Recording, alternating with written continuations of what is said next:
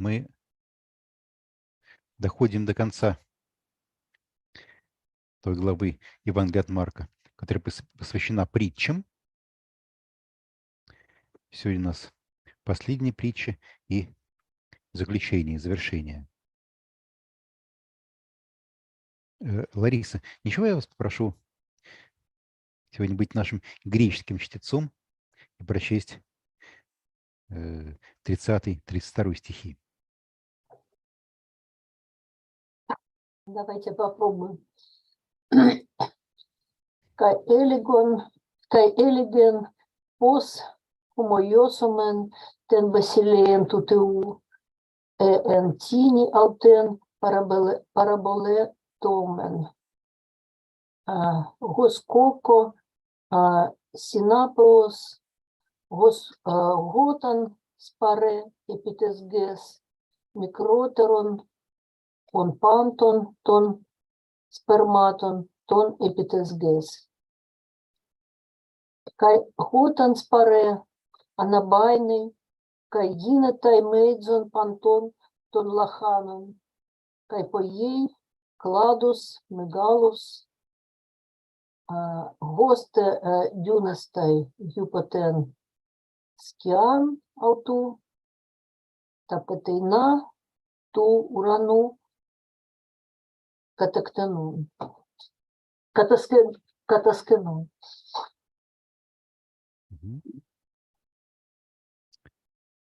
Он сказал: чему можем мы уподобить Царство Божие? Какой образ найдем для него?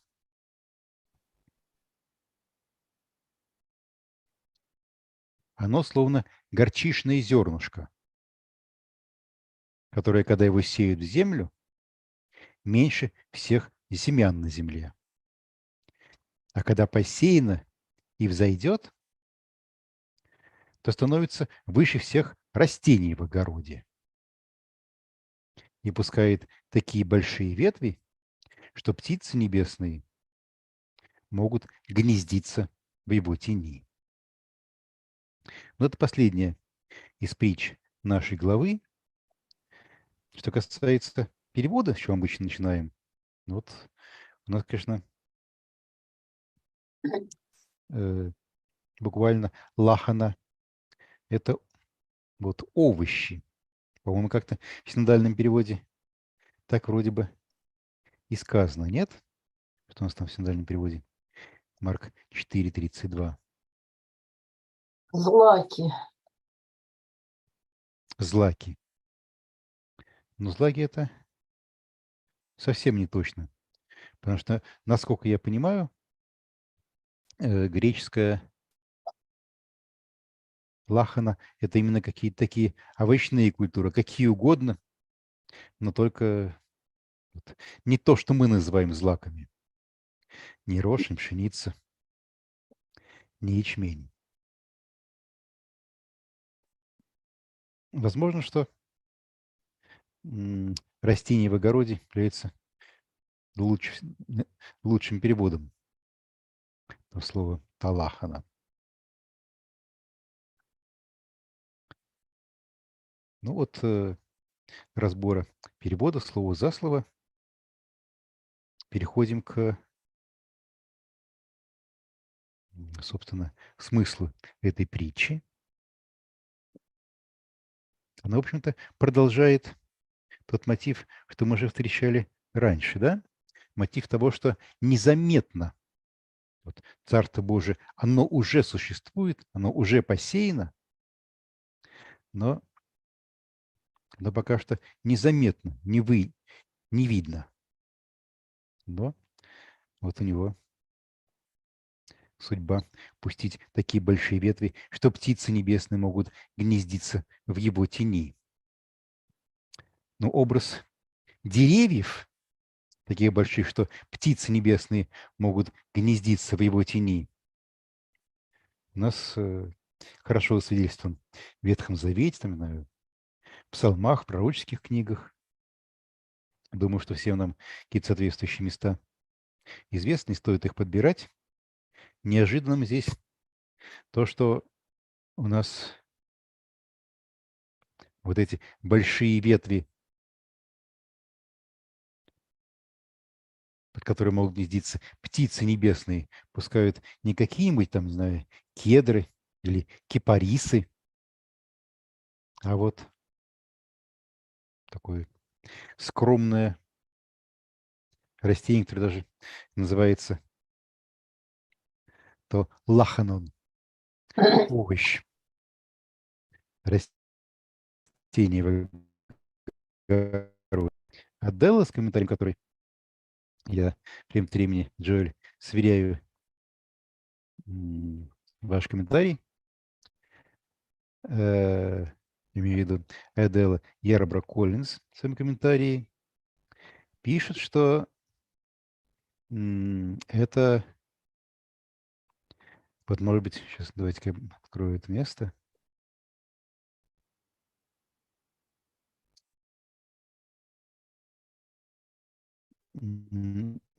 Что это замена величественных деревьев, по которым у нас витают птицы небесные в текстах Ветхого Завета, замена на вот такой кустик или овощ, это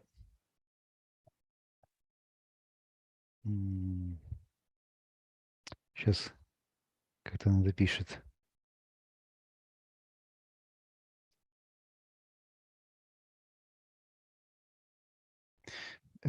In order to parody overblown messianic expectations. I quote Adela's commentary. For me, as an Old Testament scholar, it seems also a bit of a paradox that in the Old Testament we have a lot of places where we have an image of a noble tree, like cypress. Is it cypress in English? Cypress, yeah. Cypress or cedar. But here we have a very humble lachanon, under whose branches the birds of the sky find their place to live. Yeah, it's interesting. I think she got that from Crossan. Dominic Crossan, wrote a book about the parables, and he was saying that, this is deliberately kind of shattering the usual expectation, that it should grow into a great tree, which is what you would expect from Old Testament parallels. So maybe there's something to that. I think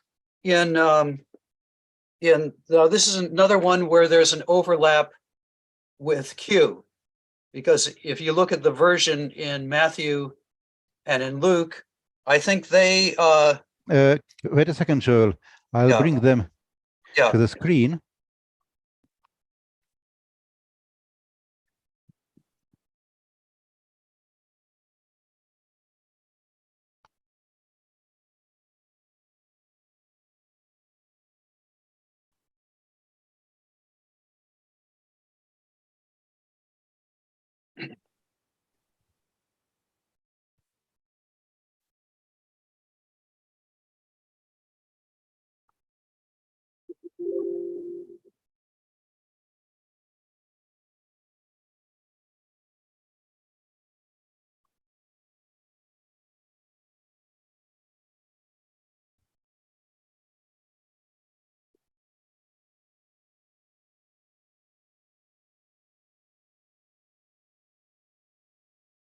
Yes. Now we see. Yeah. So, there's various similarities that Matthew and Luke have, like at the beginning, homoia estin, whereas Mark has hos homoiosomen, and then they don't have the thing in Mark about mikroteron on, being the smallest of all of the seeds, well, or they don't have it in exactly the same way. But the other important one is they do have dendron, right? It becomes a tree in the version in Matthew and Luke.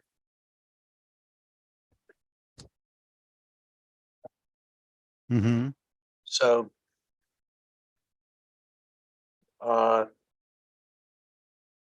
so that's kind of interesting. But I mean, I do think the fact that it becomes a just a lachanon, bigger than all the bushes. I mean, that does sound kind of funny. And, maybe it reflects this emphasis in Mark on, how difficult it is to see the kingdom of God, how it's not immediately evident. It doesn't become a great tree, but instead it becomes a big bush, which is, of course, bigger than the little seed that's sown, but still you need eyes to see. Os eche ota akueto.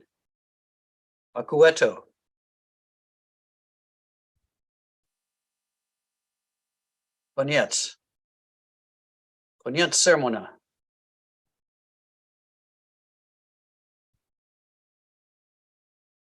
Yeah, but in this case, the wording of Matthew, Mark, and Luke is so close. Well, except for dendron. yeah, okay, but I mean, I also mentioned the introductory formula, homoia estin he basileia ton theon, homoia estin he basileia tu theu. So that's another similarity that is not the same in Mark. Let's see if there's anything else.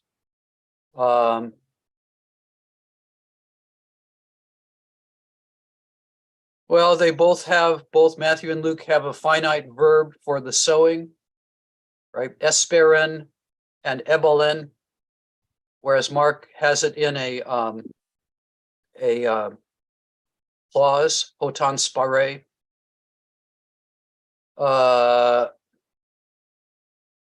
And then dendron.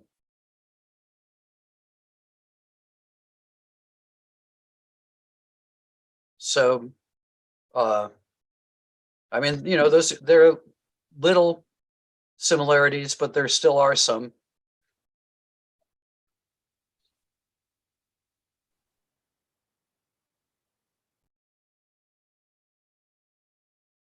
Yeah, but quite often we meet, when we look at the parallelism between Mark and Q, we see that these are two versions of the same tradition, but the wordings are so different that one can ask whether these traditions diverged on the Greek soil or already on the Semitic soil. But here, even on the level of individual words and expressions, so that while speaking about these Mark Q parallels, it leads to very, very different cases. Right. Yes. I mean, these Mark Q overlaps are, they are a difficult thing to explain on the basis of the usual theory. But I guess, the question is, what's the alternative theory? That, I mean, I guess it's possible that both Matthew and Luke, they read about the lachanon and they realized that it's, kind of rare word, I guess, and that the Old Testament background, speaks of trees growing up. And so they both independently changed it to dendron. I guess you could say that. I think it would be more difficult to find a reason that they would both independently turn the introductory formula post homoiosomen ten basilean tu theou to homoia estin he basilean tu theou. So, you know, if you're going to say that they're independently editing Mark, why do they both independently edit him in that same way?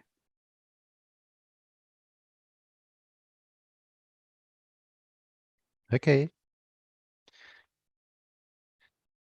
Originally, we just wanted to read Mark's text without looking into all these synoptic problems and so on, but we realized that's impossible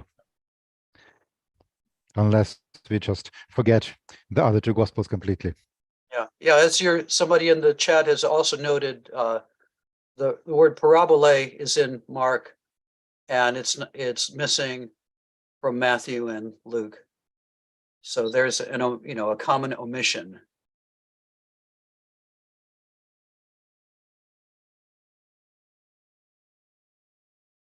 Anyway, they're minor agreements. That's why they're called minor agreements.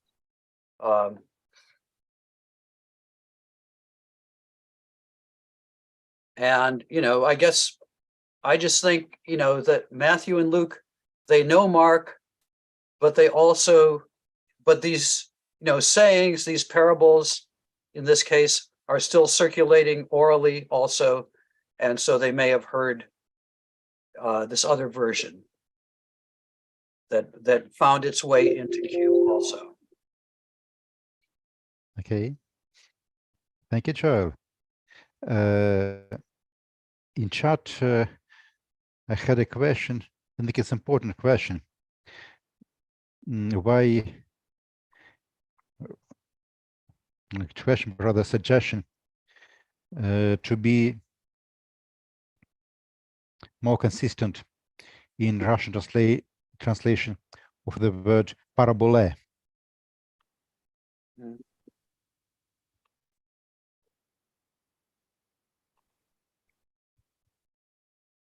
Yes,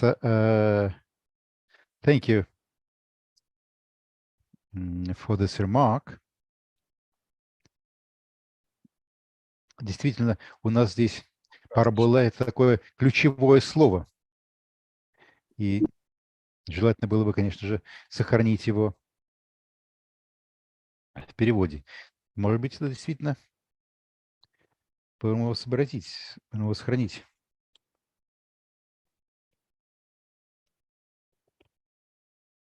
Например, вот так вот.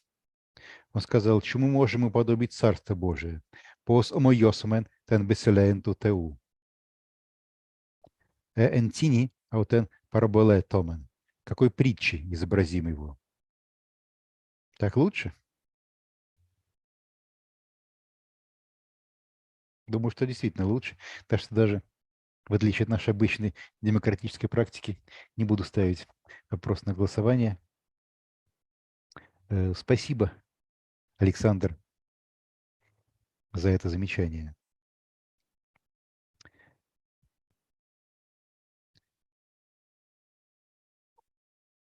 I think that before we say farewell to this chapter and to the parables in this chapter, it may be useful for us to look at all the parables that we have read, at their order and their inner logic.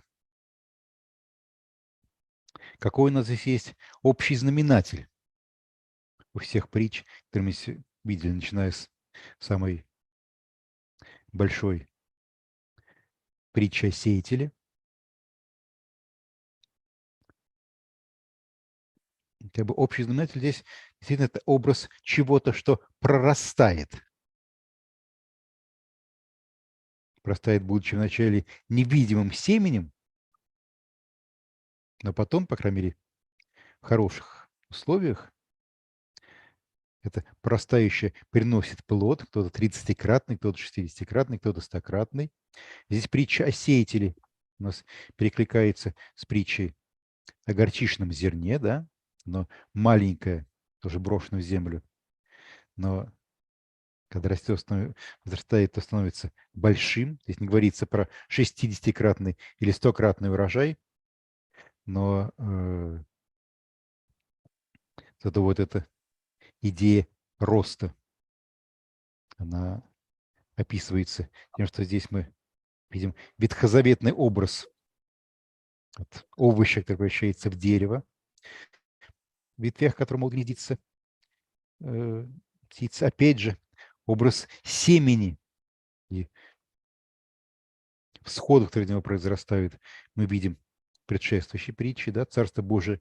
Если бы человек бросил семя в землю, вот на пока что маленькое, невидное, но потом прорастает, и пора собирать урожай. When we say that in some sense the parable of the sower, as well as the parable that we see here in verses 26 through 29, and the last parable about the Kakos Synapios, there's almost 3 versions of the same image, 3 versions of the same parable, though with different accents. What would you say, Joel? Yes, I agree with that. And, I think Mark links them also in the interpretation, of the parable of the sower. He says in verse 13, don't you understand this parable? And how will you understand all the parables? So, he's suggesting that the parable of the sower is the key to all of these other, maybe to all parables. I don't know, because, as we discussed, it kind of portrays the mystery of the kingdom of God. But I'd say that they're all parables about seeds and sowing a seed and something growing from the seed. But they also have different emphases. In the parable of the sower, it's, all this stuff growing up at the same time, some good soil and some bad soil, and it's coexisting. Whereas the ones at the end, the parable of the seed growing secretly, starting in verse 26, and the parable of the mustard seed, they put more of an emphasis, especially the parable of the mustard seed, on contrast. The contrast between how small the seed is at the beginning and how large the bush is at the end. So that's a parable of contrast. Whereas I think the parable of the seed growing secretly, verses 26 to 29, puts more emphasis on the intermediate stages of the growth. That's the distinctive thing about that parable. First, the seed, and then the little twig, and then the big fruit in the twig. But yeah, they're all similar in imagery of the seed and what comes from the seed. But I think they're putting slightly different emphases in each one.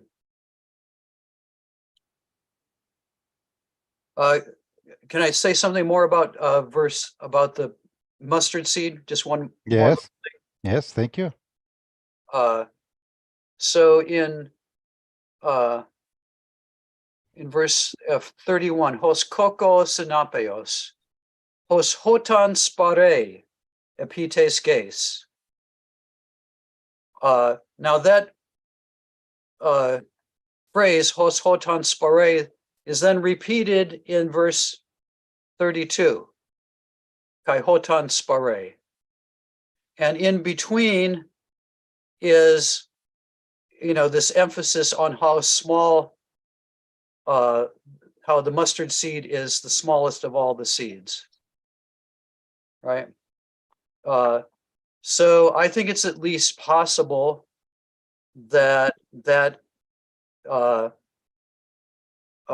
mikroton, what comes in between mikroteron on panton ton spermaton epites geis, that's something that Mark has put in. That's a special emphasis that he's given to this parable that he's inherited. Because the same phrase is there in verse 30, at the beginning of verse 31, and then at the beginning of verse 32. You could have a literary explanation for that, but it's also possible that there's a redactional explanation for it. And that again, that fits with Mark's emphasis on how difficult it is to see that the basileia tou theou is present. It's so small that it's difficult to believe that this small thing, is like the seed of God's victory.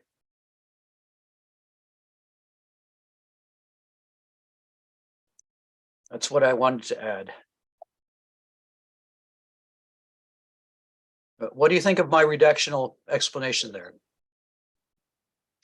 There are several syntactic problems, I think, in verse 31 and verses 31 and 32.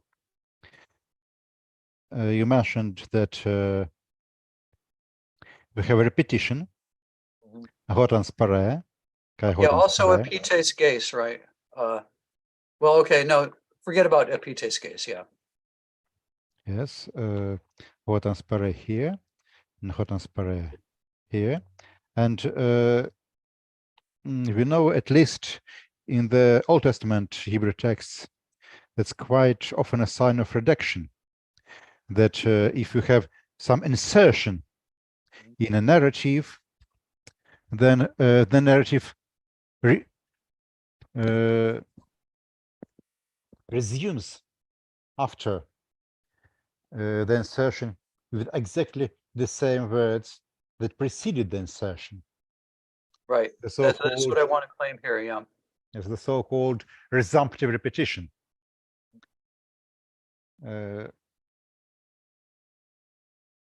Another thing that, another problem that I see here syntactically is that it's not clear for me why in this insertion the predicate should be expressed by participle and not by a verbal form. Yeah. Because we have subordinate clause, hotan spare epites geis, and then it would be natural in the main clause to have something like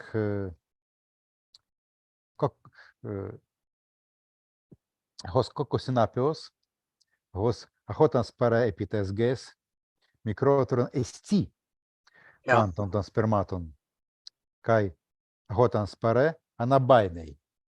Yeah, I mean, you could even, speculate, maybe this started out as a marginal gloss, right? Mikroteron panton ton spermaton. Somebody writes in the margin, just a scribe comes along and says, by the way, mustard is the smallest seed, which it's not, by the way, but okay. but still you could imagine it. It's possible that it started, and maybe somebody suggested this, that it starts out as a gloss that migrates to the text. Yes. Маша Равицкая, вы с нами? Да, я здесь.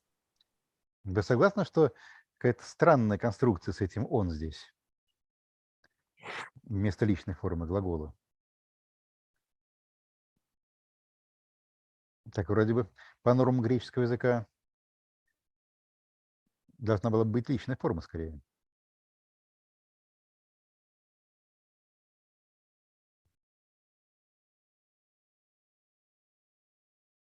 Ну, не знаю, я затрудняюсь так. Ну, да, не очень хорошо, действительно. It would be interesting, I believe, since we started talking about the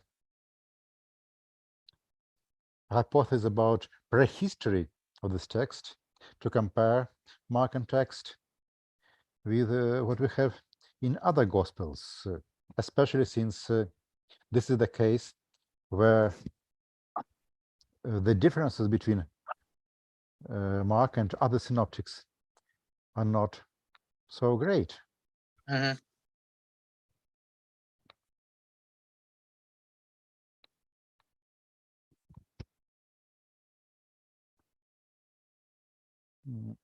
In Matthew we have homo истинных обеселяет он ранон, kokko synapeos, hon labon anthropos esperen ento agro autu, ho mikroteren men estin pantonton spermaton, hoton de auxete meidzen ton lachanon estin, kagin de dendron.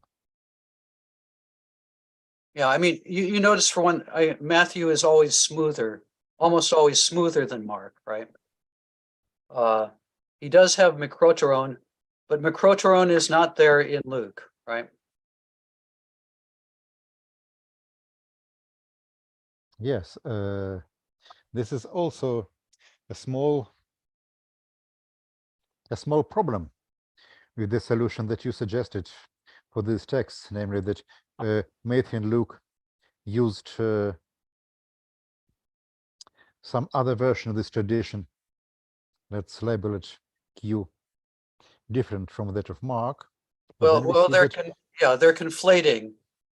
They know the Markan edition, but they also have this other version in their heads. So, so the mikroteron perhaps would come from Mark in Matthew. Matthew has it because it's in Mark, but Luke doesn't have it because it's not in this other version.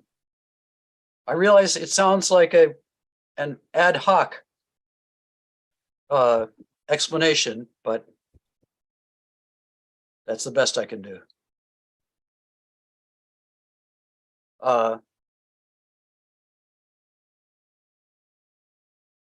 But it is interesting that, you know, it's not there. This emphasis that on other grounds we thought might be redactional, right? Just from looking at Mark because of the resumptive repetition. It's also not there in Luke. So that says something maybe about the editing process and the history of the tradition.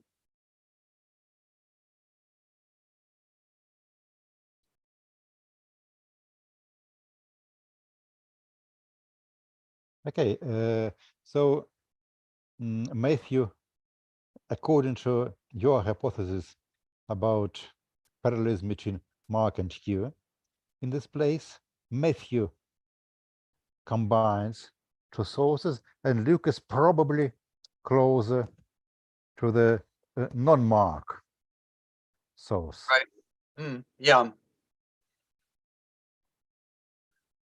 Which I think is often true, that, you know, Luke, when people reconstruct Q, it often seems that Luke has the earlier version, Mhm. which is, I think that's a problem for the theory of my colleague, Mark Goodacre, who doesn't believe in Q, but he thinks that Matthew used Mark and then Luke conflated Mark. Then Luke used both Mark and Matthew. But in a case like this, where Luke seems to have the earlier version, that's a problem. And that is, I think that's true more often than the reverse. So Yes. I'm thinking about your suggestion of resumptive repetition here. And if we put aside the version of Matthew, because it's Matthew conflates and combines different traditions, and compare just Mark and Luke, then we see that there's no resumptive repetition in Luke. Mhm. But at the same time, there's a different emphasis. In Luke, there is no contrast between how small the seed is, Mm. and how big is what grows out of this seed. So that in Luke, this is more like the preceding parable about steady growth of the seed. Yeah, I think that's a good point. Yes, coccus is thrown into ground, and it grows. Then it becomes a tree. If we believe that Mark had before himself something, the traditional text closer to what we now have in Luke, then we can say that the following changes were introduced into Markan version. Namely, first, the dander was taken out, and it goes quite in line with overall Mark's emphasis on how humble and vulnerable and oppressed the kingdom of God and the suffering Messiah are. Yes, I agree with you. I think that's and very on the well other said. hand, I just continue your idea, what you're saying, that if we reconstruct the pre-Markan version of this, os coccus napios, os hotans pare, epites ges, anabainai, kai ginetai meidzon pandondon, kai ginetai meidzon, kai pai cladus megalus, it becomes closer to Luke. But then we see that this addition, which also resulted in the resumptive repetition, also goes quite well with overall Markan theology, with this emphasis on how small the kingdom of God and the gospel is now. Right.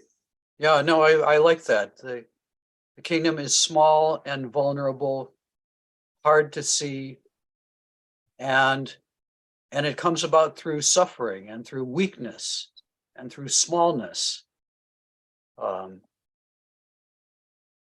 And you know, that's the arena for God's victory, is, you know, situations of suffering and weakness, like the crucifixion. Yeah. This is a vision very important for us in our context. Thank you Yes, for this. well, yeah, for us and ours too, but I understand what you're saying. Yes, One other difference, and people think that this is secondary in Luke. In Luke, the seed is sown; it's thrown into a capon, into the person's garden.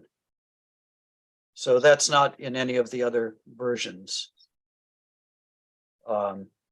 And yeah, I don't know what to make of that, but that may reflect Luke's own context. So I'm not saying that in every case, Luke's version is the earliest. The garden may be something that he has added.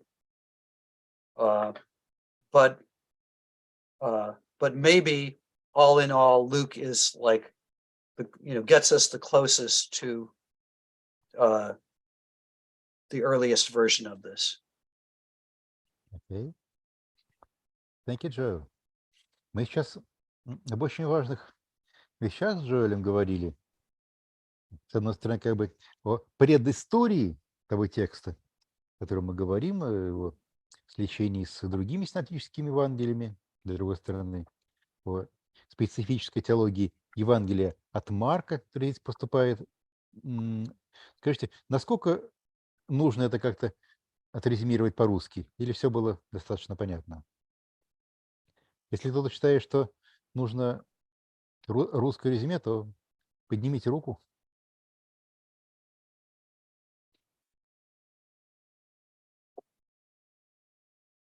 Okay.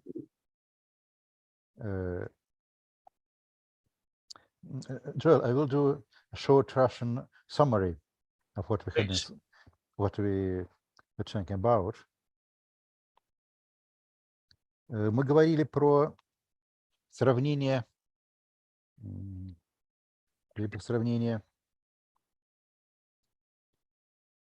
разных версий, которые мы встречаем в синоптическом Евангелии, разные версии притчи о горчичном зерне, а также о некоторых странностях греческого языка Евангелия от Марка. Прежде всего, что в Евангелии от Марка мы видим такой странный повтор.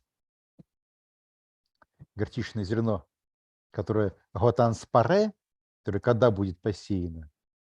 Дальше идет слова, что оно меньше всех семян на земле. Дальше мы снова видим повтор до самого. И когда посеяно.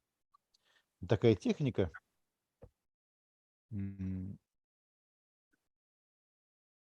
по-английски называется resumptive repetition.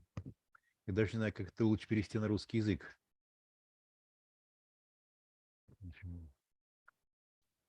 Подхватывающий повтор. Повтор при возобновлении повествования. Вот особенно характерен для ветхозаветных текстов. Она часто маркирует какую-то вставку внутрь текста, какого-то нового редакторского материала. И редакторством является специальный акцент на том, что горчичное зерно меньше всех семян на земле. И действительно, когда мы сравниваем этот текст Марка с текстом Луки, например, который предположительно может содержать в себе наиболее раннюю версию этой притчи, дошедшую до Луки независимо от Марка. И вот этого акцента на противопоставлении совсем-совсем маленького зерна и совсем-совсем большого чего-то, что из него вырастает, мы не видим. Да? Словно бы текст Луки немножко похож на текст Марка, каким он был бы, если бы мы, вот следуя предложению Джоэля Маркуса о том, что здесь перед нами некоторая редакторская вставка, эту редакторскую вставку убрали бы. Вот это сравнение, оно, наряду с самим принципом resumptive repetition, говорит в пользу того, о чем здесь у нас говорил Джоэль Маркус, потому что это может быть понято как редакторская вставка. Но эта редакторская вставка, она, помимо всего прочего, еще и очень хорошо перекликается с тем, что мы знаем про, что мы видим, про как бы теологию Евангелия от Марка, да? Точно так же, как и если верно, что в данном случае Евангелие от Луки и от Матфея независимо друг от друга отражают образ дерева, в котором гнездятся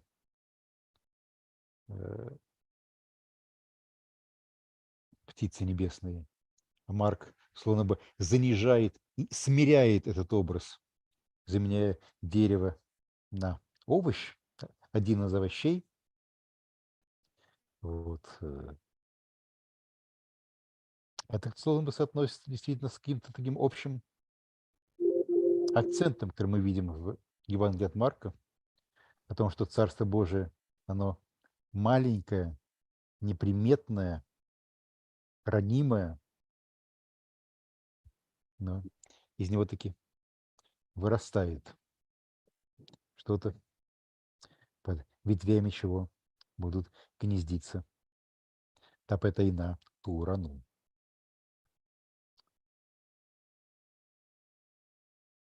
Ну вот это было такое маленькое summary, о чем мы говорили с Джоэлем.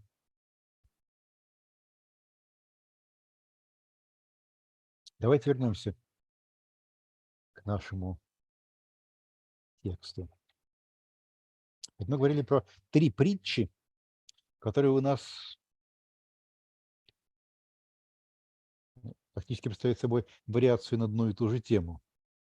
О семени, из которого вырастает нечто, и это нечто – это вырастающее из этого семени Царство Божие.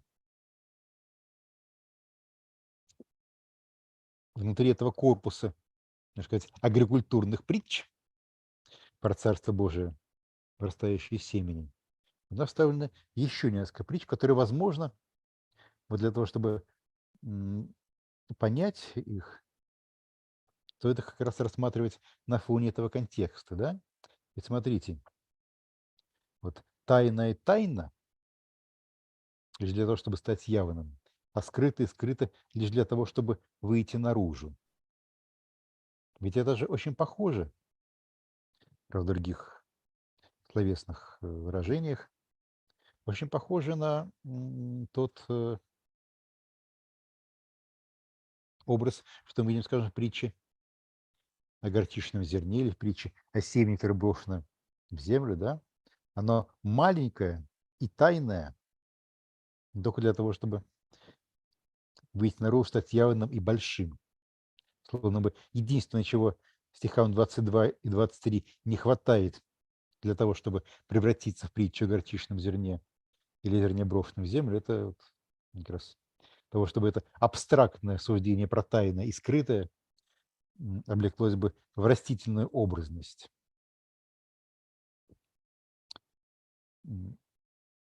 Точно так же у нас в этой перспективе, скажем, под нее подстраивается и притча из 21 стиха, да? Светильник приносит, и он должен озарить что-то, да? Сделать что-то явным. Словом, та же самая идея роста, growth. И, скажем, притча 25 тоже, независимо от того, как она могла бы звучать вне этого контекста, в этом контексте тоже начинает звучать как некая притча о росте. Да? Кто имеет, тому будет дано еще. Тоже некая идея роста за этим стоит. То есть какой-то общий знаменатель всех этих текстов у нас здесь вырисовывается. I mentioned that in the context of these 3 parables dealing with the seed that becomes, that is now secret and hidden, and then becomes big, grown up, and obvious. On this background, the parables that we have in verses 21 through 25 also becomes more understandable. They continue the same topic of something that is now secret, krypton, apocryphon, Yeah. to grow. And even the sentence "Rosgar echei detestate auto" also contains an idea of growth. Yeah. And also that this hiddenness, it's according to God's intention, right? Because of the hinna. Yes. And again, on a literal level, it doesn't make much sense to hide something in order for it to be revealed. But I think in terms of Mark's theology, it does, because the hiddenness of Jesus, leads to the weakness of the cross. But that's the beginning of God's new world. Yes. So it had to happen. Yeah. Sorry. Yeah. So all this may be regarded as a commentary on the idea of messianic secret. Yeah, I think so. Yeah. Uh, So so when I wrote my dissertation, I thought that this chapter is, it's the abstract of the whole theology of Mark, so, and that's what you always do when you write on a particular chapter, you think it's the key to the whole gospel, but I think we can see themes here that correspond to themes throughout the gospel that are distinctive for Mark. Before we move on, would you like to say something more about this chapter and the parables and the common denominators and the order? Because we looked at each and every parable one by one, but now we can say something about the whole corpus and the whole chapter and the arrangement and the composition. I can't. I'm not sure that I thought about that in writing my commentary. I probably should, and I don't know what to say about it. It starts out with the most mysterious parable, which is the parable of the sower.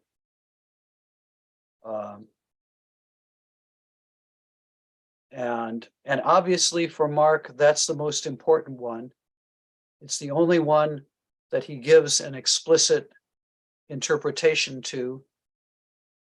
He says that in verse 13, he says that Jesus says that it's the key to all of the parables.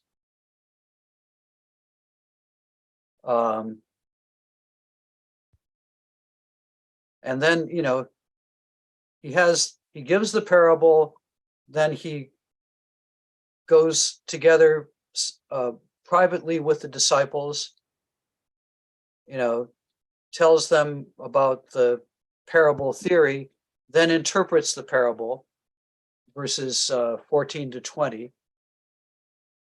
And then he has these other non-seed parables in verses 21 to 25, and then two more seed parables. So, I guess, again, if you were doing a tradition history, you would probably say that at one time,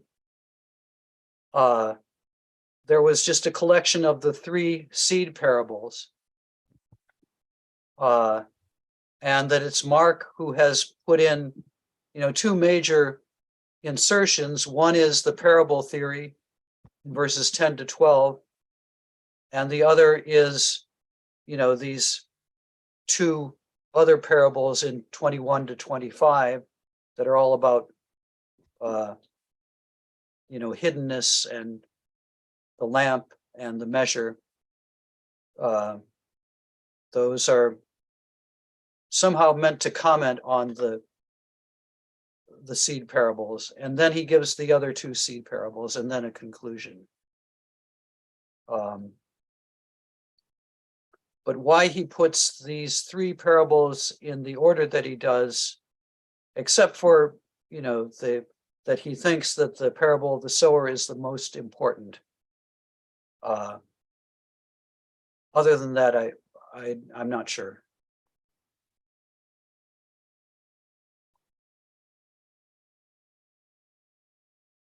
Thank you, Joel.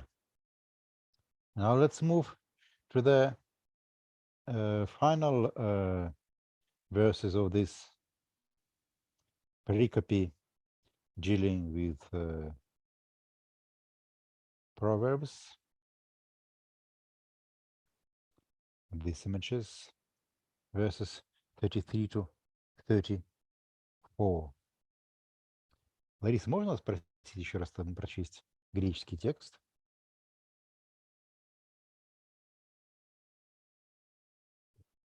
До конца главы, да? Нет, я думаю, что 33-34. До конца главы там еще будет совсем Хорошо. другая история. Kai toi autais parabolais, olais, elalei autois ton logon, katos edunanto akoin. Oris de paraboles, uk elalei autois, kat idian de tois, idiois matetais, epelion panta. Спасибо. Ну, вот и еще много таких притч он рассказывал слушателям, чтобы донести до них слово. Настолько, насколько они были способны услышать. Катос эдинанте акоин. Да, вот очень важное есть для притчи Марка замечание, что у кого есть уши, пускай услышит, но как бы, не у всех есть уши. Прямо без притчи он с ними не говорил. Призда парболес ук элали аутойс. Я не знаю, может быть, зря я попробовал как-то раскрыть, написать прямо без притчи. Потому что буквально по-гречески просто без притчи он не говорил с ними. Но не знаю, может быть, здесь стоит делать такую ставку, чтобы немножко было понятнее. А своим ученикам наедине все разъяснял. По-гречески есть, конечно же, еще такая красивая перекличка кат и диан, наедине, то есть идиойс своим ученикам. Да? Вот перекличка смысловая и фонетическая. Но не знаю, насколько она заслуживает, как это возможно передать. Я сейчас задумался насчет этого места, где я перевел прямо без притчи. Стоило делать такую вставку прямо или нет? Вот есть тот случай, когда, мне кажется, осмысленно предложить нам, как носителям русского языка и слушателям, проголосовать. Синодальный перевод у нас как звучит?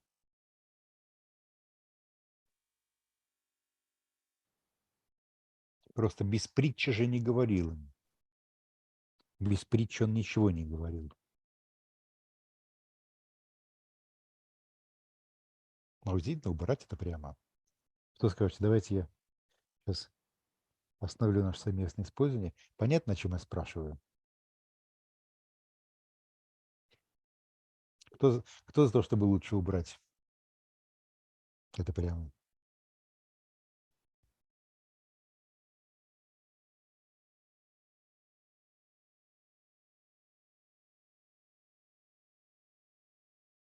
А кто за то, чтобы сохранить? Сейчас, подождите. Вот несколько человек.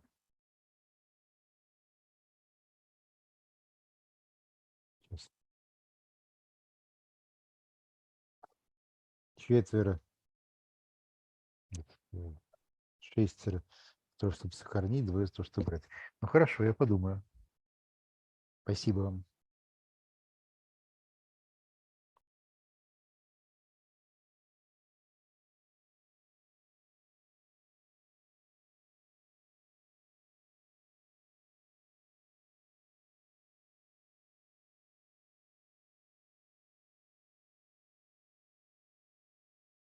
Михаил Георгиевич, только у вас почему-то было написано, он не с ними говорил. Прямо без притч он не с ними говорил. Вот этот странный порядок слов.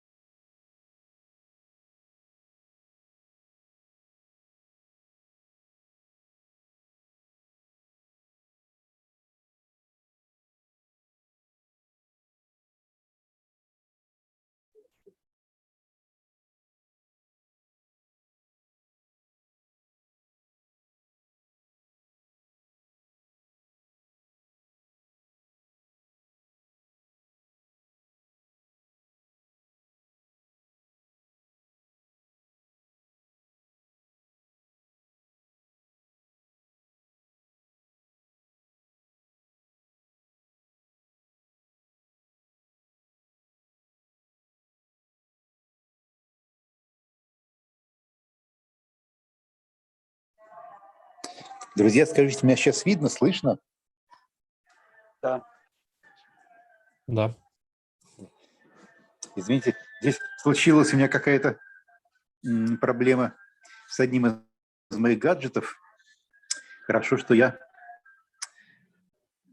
с другого гаджета могу зайти.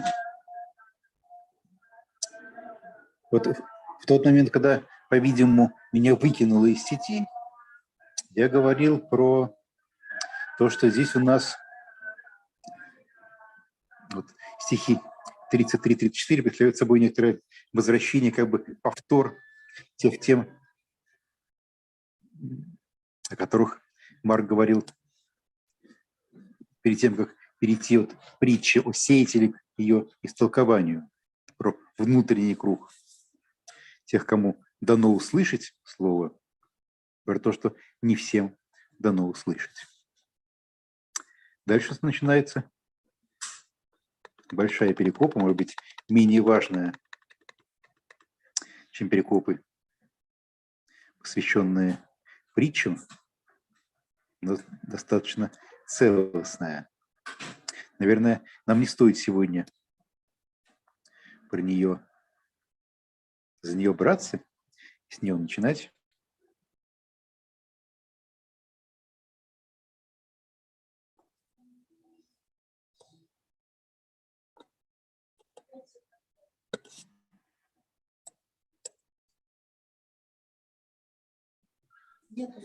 Да, здесь какая-то ошибка была, простите, Лариса. Вот. Если у кого-то еще есть вопросы, замечания, предложения, и что-то еще по той большой перекопе о притчах про была Иисуса, с которым мы сегодня прощаемся. У меня есть вопрос, если можно. Да, конечно. Мне неловко задавать такой вопрос, но рискну. А зачем Иисус с ними говорит? Если он сам говорит, что у кого-то есть, в ком-то уже это царство есть, как зерно, кто-то способен, а кто-то нет, зачем говорить со всеми подряд? Вот есть близкий круг учеников, которым, кажется, есть надежда что-то объяснить, и то приходится объяснять притчу. В чем смысл публичных выступлений? Михаил Георгиевич, вы без микрофона. Спасибо, Станислав, за ваш вопрос. Мне кажется, создавать его нужно не мне. Вот вопрос, зачем Иисус с ними говорит вообще, должен быть задан, наверное, Иисусу. Вот. Поскольку мы верим в вечную жизнь, то возможно, что такая возможность у нас будет. Если говорить о Евангелии от Марка, я думаю, что здесь у нас все время идет этот самый контраст, что сейчас вообще мессианская тайна, никто ничего не понимает, ближайшие ученики ничего не понимают. Но это же должно быть вот как то самое зерно, о котором идет речь, должно прорасти, да, поэтому оно одновременно и скрыто, но только для того, чтобы стать явным, спрятано, но чтобы быть открытым.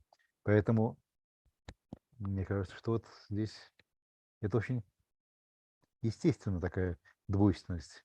Говорение, оно скрыто даже от слушающих, но оно должно же когда-то раскрыться. Вот. Но это я говорю так вот, как филолог сбоку, а ваш вопрос, он, конечно же, не мне адресован. Can I say something? I think this may relate to the question. Okay. So these last two verses, 33 and 34, are puzzling because in 33, okay, let's go back. In verse 10, let's go back all the way. Jesus in verses 1 to 9 spoke to all the people. He spoke this parable. And then in verse 10, he went aside secretly with only the disciples. And Mark hasn't told you then after that the crowd, the big group of people came back. So you would assume that the whole rest of what he's saying about the interpretation of the parable of the sower, and then verses 21 to 25, these, the lamp and that stuff, and then these two other parables, that's all secret instruction to the disciples. But then you get, and you could interpret verse 33 in that way. So he spoke to the disciples in many such parables as they were able to hear. And beginning of verse 34, without a parable, he did not speak to them. He only spoke to the disciples in parables. But then, end of verse 34, katadion de tois idiois mathetais. Then all of a sudden, there's a contrast that's being set up between everybody else he's been talking about and the disciples at the end. So, it does, the whole passage doesn't make narrative sense. And, this is not my idea. I think, already Jeremias and people before him were suggesting then that the scene where he takes the disciples aside in verses 10 to 12, Mark has put that in. And, that has created this narrative problem for him at the end, and he hasn't put it together in a way that makes it make sense. Понимаете? Is that clear? Yes, thank you. That's clear. But It's interesting that I have read these verses many times in my life, of course, but that's the first time in my life that this interpretation that you suggested occurred to me.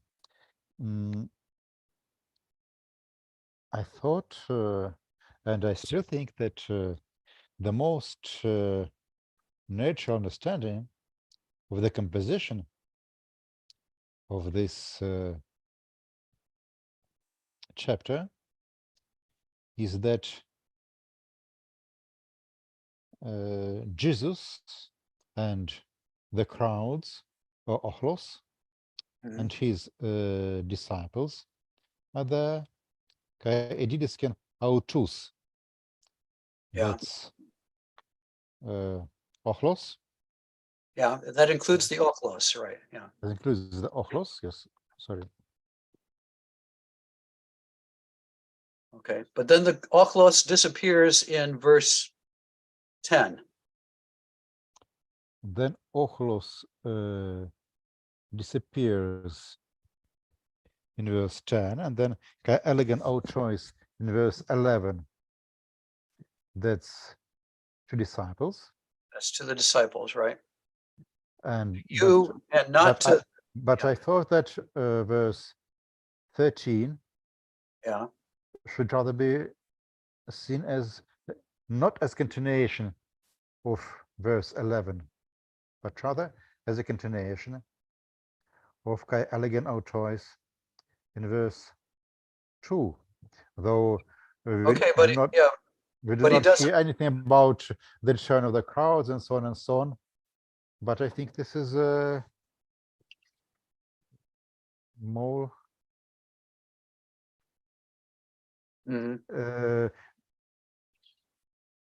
as a simple reader of this text, the person who first read it in the Russian translation and then in Greek text, and even made his own translation of Mark. I always understood elegant choice on сказал им in verse 11 just as the reference back to the ochloi. Yeah, you mean kailege autois in verse 13. Yes, yes. Yeah, Yeah. okay. But but he doesn't tell you that, you know. I mean, he's made a big point about how Jesus went aside privately with the disciples. And then I would think that then after that, when you hear kailege autois in verse 13, you'd think it's the same ones that he just kai elegant autois to in verse 11. That is the disciples. And and the other problem is then when you go down to verse 33, yeah, okay. Sorry, there was a small. Oh, well, no, make your point about kai elegant autois, yeah. Yes, a small mistake. The ochloi appear again at verse 21. Sorry, at verse 21. The ochloi appear? Yes, because up to this point, we have Jesus' discussion with his disciples. Yeah. And he explains them the parable of the sower, and then kai elegant autois. Okay, let's mark with red kai elegant autois with the reference to ochloi. But what indicates that that's the ochlois? I mean, that's the same phrase that he's used with the disciples in verse 11. Actually, that was. Yes, I think that the logic of the text that he says parables to everyone, to ochloi, and then he says gives the explanation of the parables to his disciples. So we may assume that when we read parables, that's something that was said to everyone, to ochloi. For some reason, he omits the gospel omits the interpretation of all the parables except the parables of the sower. Okay. But the reference to the fact that these parables were also explained to the disciples in a private talk is given in verse. Yeah, at the end, 33 and 34. Yeah. And then 33, 34. Well, and here's one other problem in 33. So, okay, so if you're saying that this is all a reference to everybody,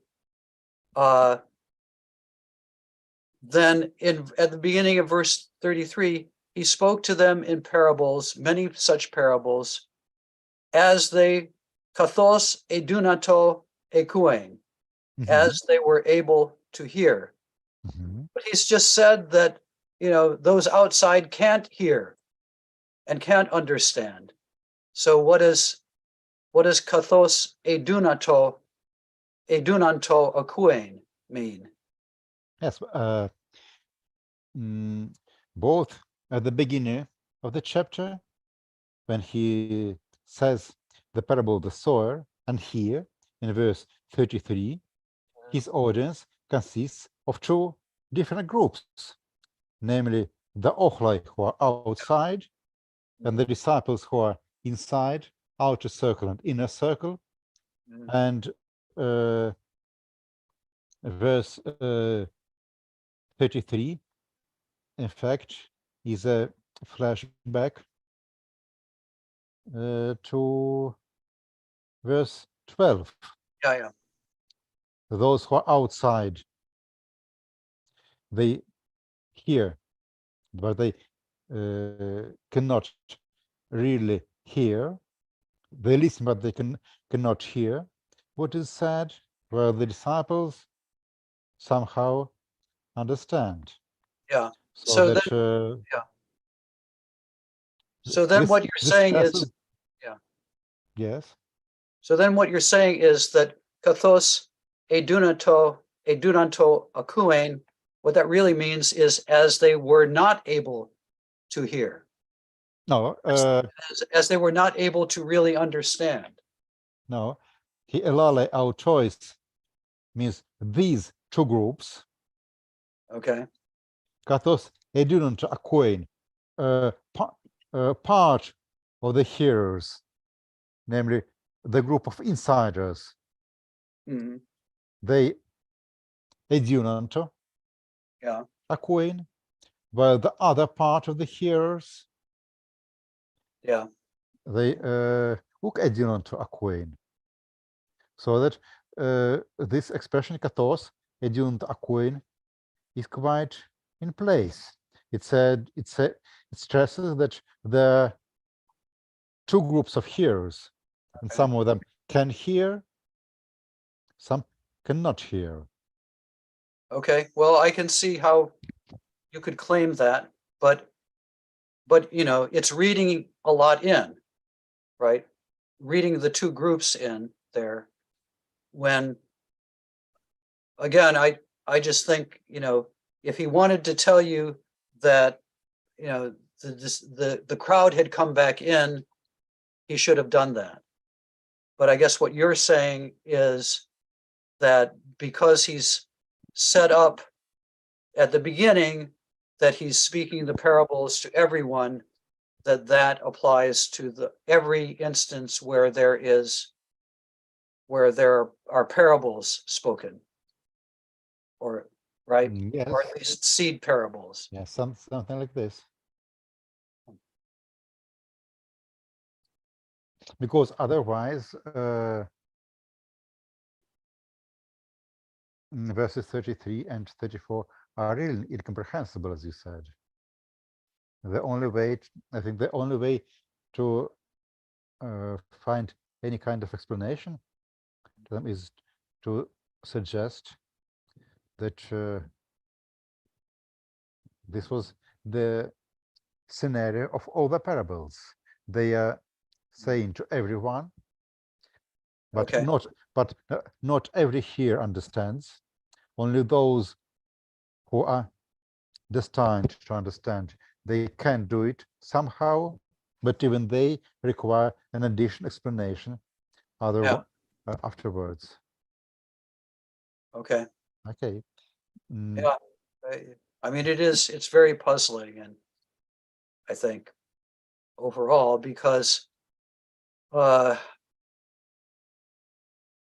you know, you can't expect these outsiders to understand because they don't get the explanations that the disciples do. And anyway, I think it's very sehr kompliziert. Yeah. Yes, but your last statement that they cannot because they're not given explanations. That's exactly what verse 25 is about. Yeah. Okay. Yeah. They do not have, so that even what they do have, they have the parable without explanation. Mm-hmm. It will be taken from them because parable without explanation is nothing. Okay. So that for some moment they have a possibility to hear, but even this possibility is missed. Okay. Yeah.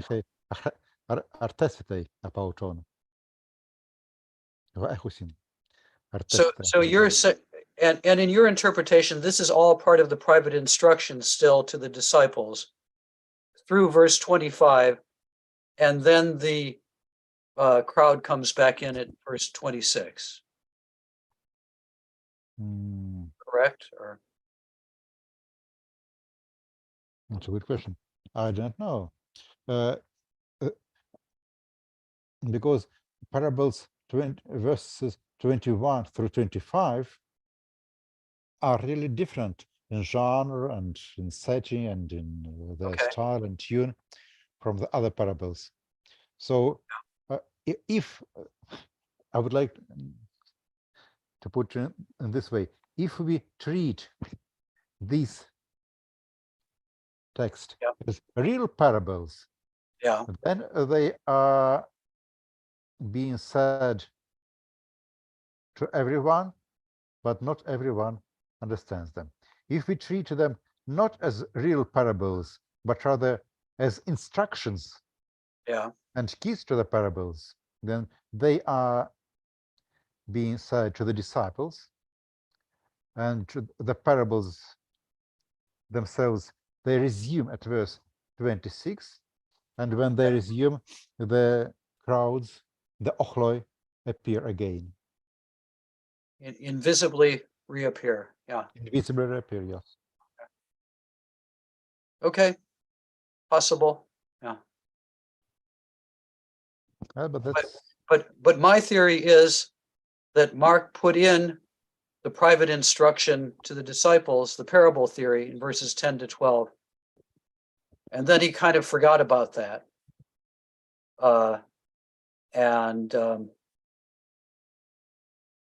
So it's just an example of kind of a mistake in editing. When you introduce something that is very important to you to say, but you forget about the narrative context.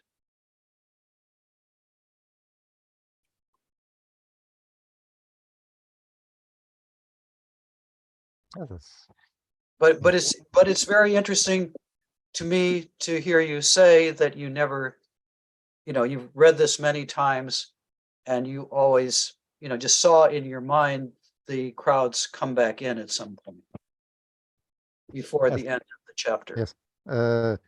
Let's make a small questionnaire. Let's how to say it in English? If I ask the participants of our seminar to say whether this interpretation, the interpretation you suggested, ever occurred to their minds, would you call it a questionnaire, a poll, or? Yeah, a poll. Yeah. A poll. Yeah. Okay, let's make a poll.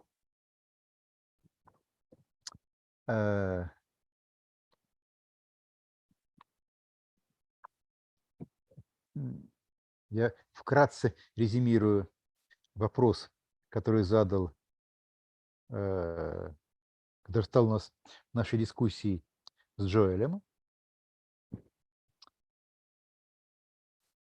а именно, кто был слушателем всех тех притч про горчичное зерно и притчи про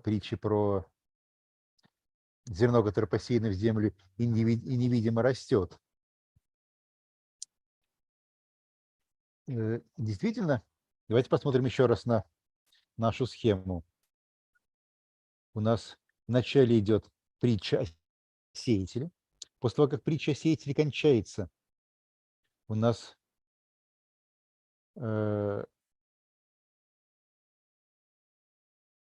слушатели как бы покидают сцену.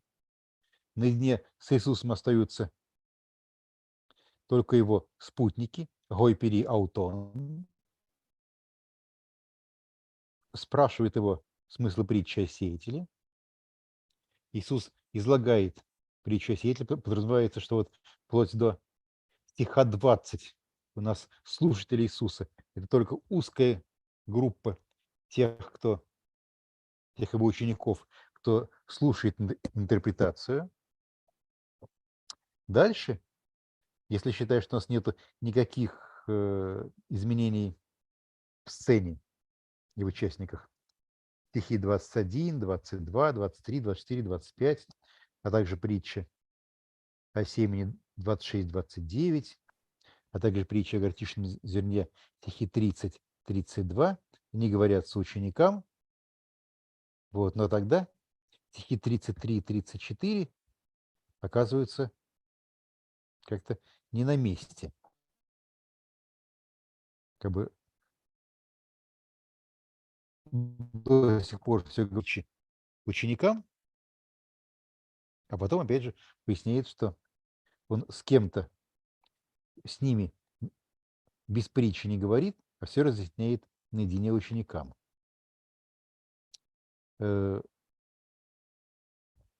Джоэль здесь видит некоторую проблему того, что у нас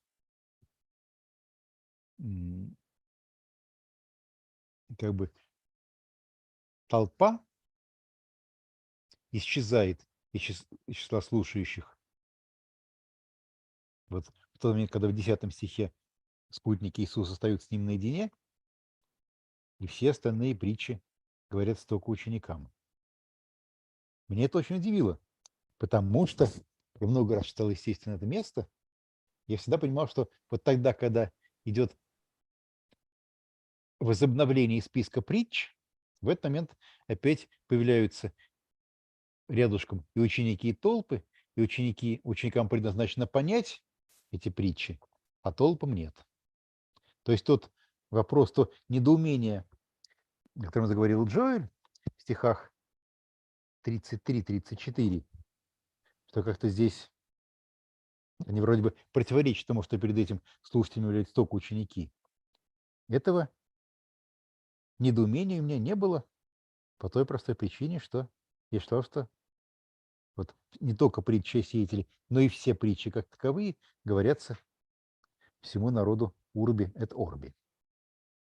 Вот, понятен вопрос, который у нас возник с Джоэлем. Скажите, а у кого-нибудь еще вот такое впечатление возникало, что притча о горчичном зерне, притча о зерне, которое растет само по себе, вот притчи, следующие за притчей о сеятеле, рассказываются именно и только ученикам?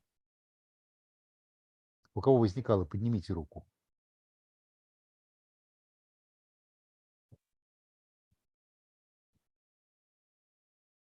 Окей. А теперь я прошу поднять руку тех, кто читал текст так же, как я его читал всю жизнь. Ну, и до сих пор, честно говоря, так собираюсь читать. А именно, что у нас вот тогда, когда у нас снова начинается поток притч, то у нас снова появляется этот самый народ на заднем плане, а не только ученики.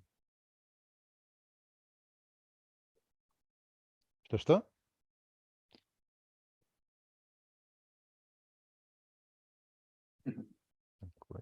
No. So who won? Лариса, а вы?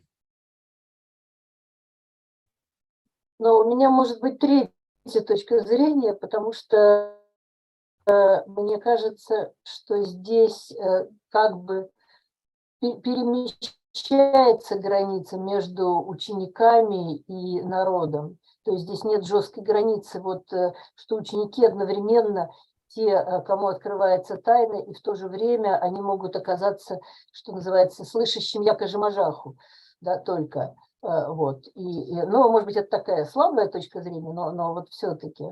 То есть в одном человеке одновременно может все вот это быть. И меня еще удивляет вот это место, это, по-моему, 11 стих, где сказано, что там окружающие и 12. Вот это вот 12 выделены на фоне других учеников. Это вот еще одна проблема. Вот. Поэтому я вот здесь явно проблема с границами. Да. Ну да. Ну вот тогда, когда вы читали, наверняка вы тоже много-много раз читали притчу о горчичном зерне и зерне, которое растет тихо и само по себе. Вы представляли себе аудиторию, которая в этот момент слушает Иисуса согласно нарративу Евангелия от Марка. Эта аудитория ограничена только 12 учениками, Или это вот те самые толпы, такие же, как те, что слушают в начале притчи о сеятеле? Ну, вот это, к сожалению, очень трудно сказать. Первая притча явно обращена ко всем. Вот. И в то же время говорится, что что-то такое говорится одним ученикам, но ясно провести границу невозможно, по-моему.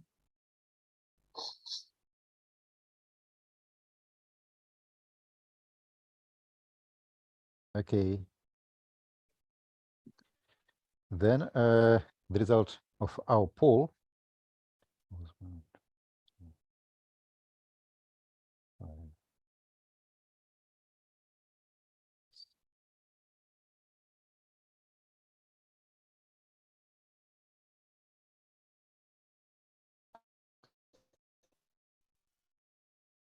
was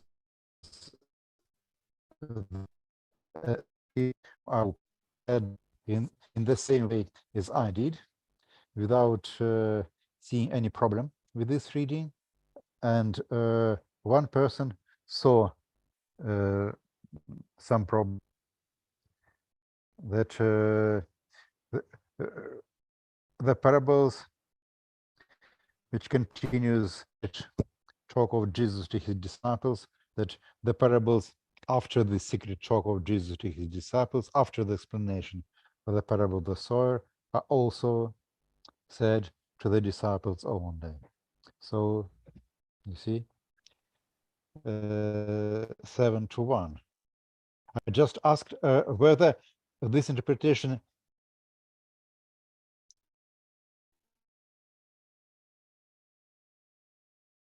Yes. yes. Okay, that's interesting. I didn't hear you. Yeah. So do I.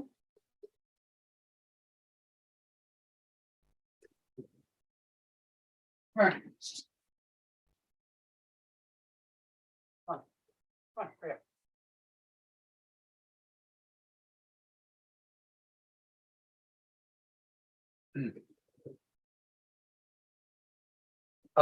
I couldn't hear your question, Mikhail. It was not a question. Oh, you froze. Yeah, but you won the poll. Right? But you're the about the results of the poll. Yeah. So the poll was 7 people agreed with you and 1 person agreed with me. There was not about agreement.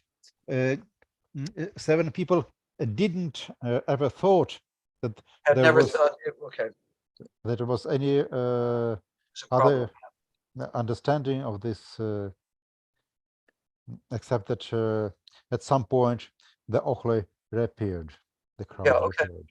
All right. I mean, I think that's probably how a reader would have to interpret it, but still, when you start to look at it, there are tensions within the narrative, I think. Yes.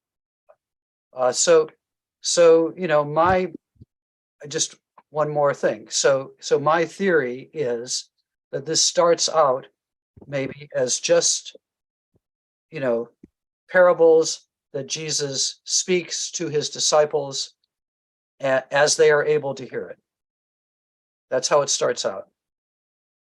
And then Mark puts it into this larger narrative frame with the crowd and the disciples, which is a continual kind of frame that he puts things into. And he introduces the notice about secrecy in verses 10-12.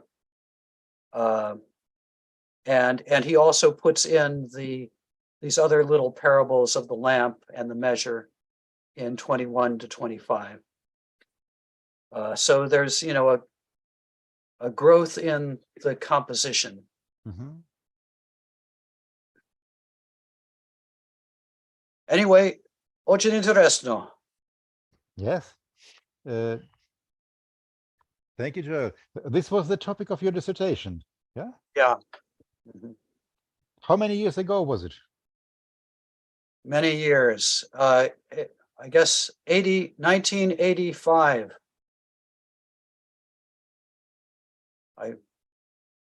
I graduated, yeah. I defended my dissertation. How At long the is same that? time, I defended my first dissertation. Yeah. Now I'm going to defend my second dissertation. Yeah. And I never had a second dissertation, so you're ahead of me. Okay. Anyway, Godspeed with that. Good luck. Well,